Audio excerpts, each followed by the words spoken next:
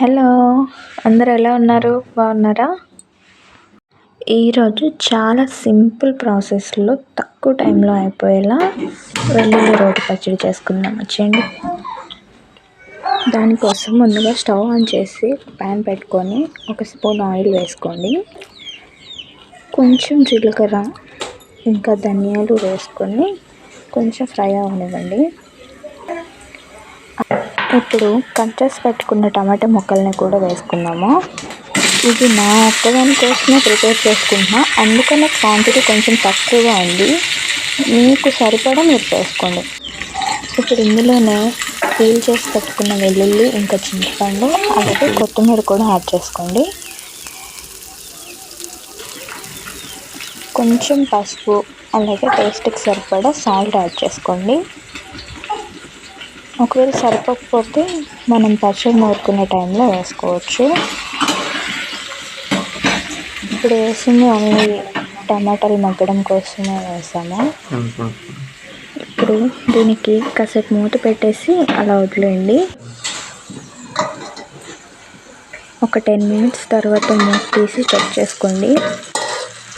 పచ్చిగా ఏం లేకుండా మెత్తగా మగ్గే వరకు ఉంచుకుంటే సరిపోతుంది.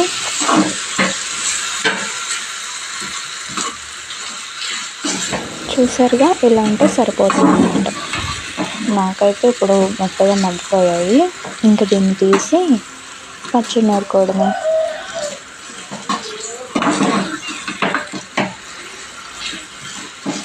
చూసారా, మెత్తగా అయిపోయాయి. ఇప్పుడు ఈ రోల్ తీసుకొని దీంట్లో పచ్చడి నూరుకుంటాం. టేస్ట్కి సరిపడా కారం కూడా యాడ్ చేసుకొని దీన్ని కచ్చపచ్చగా దంచుకున్నామంటే మన పచ్చడి రెడీ అయిపోతుంది. ఒకసారి టేస్ట్ చూసుకొని సాల్ట్ సరిపోకపోతే ఇప్పుడు యాడ్ చేసుకోవచ్చు. ఈ పచ్చడి వేడివేడి అన్నంలోనే కాదు, మార్నింగ్ టైం టిఫిన్లో కూడా తినడానికి చాలా బాగుంటుంది. మా వారికి అయితే ఈ పచ్చడి నచ్చింది. మీరు కూడా ఒకసారి ట్రై చేసి చూడండి. ఎలా ఉందో చెప్పడం మర్చిపోకండి. ఇప్పుడు ఈ పచ్చడిలోకి ఒక ఆనియన్ని కట్ చేసి వేసుకుందాం. పచ్చడి తింటున్నప్పుడు అక్కడక్కడ ఉల్లిపాయ ముక్కలు తగులుతుంటే చాలా బాగుంటుంది.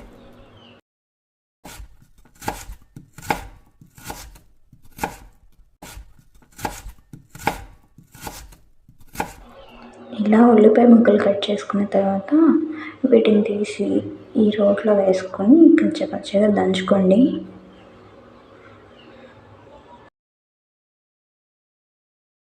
నాకైతే ఈ పచ్చడితో తిన్న తర్వాత ఇంకొంచెం ఎక్కువ చేసుంటే బాగుండేది అనిపించింది.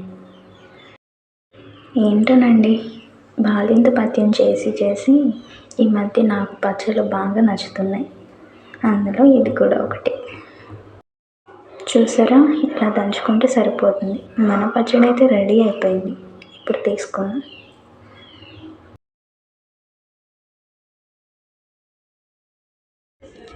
మీకు ఉప్పు కారం కనుక ఏమైనా సరిపోకపోతే ఇప్పుడే యాడ్ చేసుకొని కలిపేసుకోండి, సరిపోతుంది. వెల్లుల్లి రోటి పచ్చడి ప్రాసెస్ అయితే ఇంతేనండి, చాలా సింపుల్ కదా. సరే, ఇంకొక మంచి వీడియోతో మళ్ళీ కలుద్దాం. అప్పటి వరకు బాయ్.